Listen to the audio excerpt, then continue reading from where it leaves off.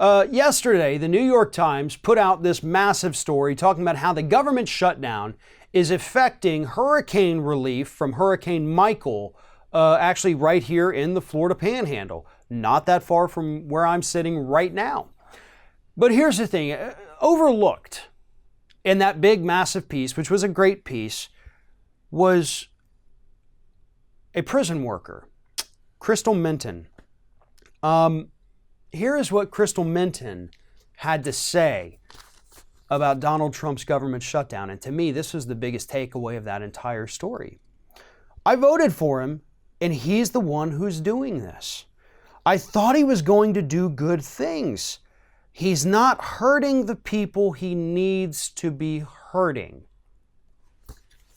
He's not hurting the people he needs to be hurting.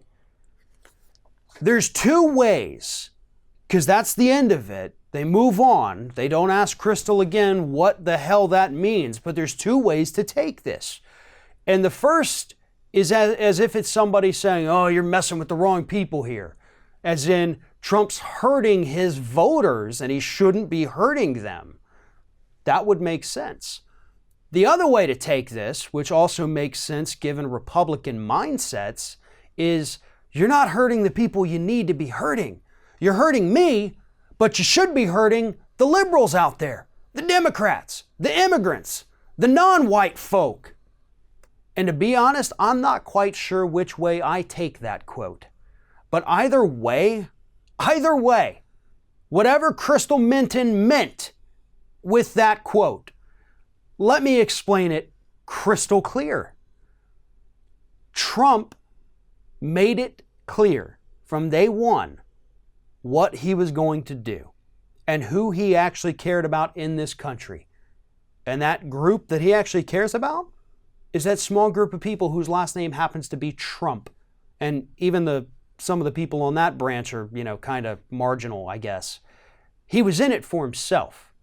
This was about selling swag. This was about promoting his businesses. This was about making deals overseas to make more money over there. This was never about actually taking care of the people who voted for him.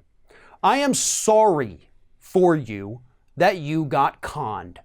I am sorry that you didn't listen to the millions of us who were warning you every single day that this kind of thing was going to happen. But that's not on us. That's on you. Just like it's on those farmers out there who voted for Trump and who say they're willing to go die for Trump or go into bankruptcy because his tariff war or trade wars have destroyed their farms. They still love him and still support him, but please give me some subsidies so I can live. There's no sympathy. You have been warned too many times. You were given too many examples by the man himself. You chose to ignore those warning signs. There's nothing left to do except learn from your mistakes. And I'm afraid at this point that there's too many Republicans in this country who haven't learned a damn thing since Trump was sworn in.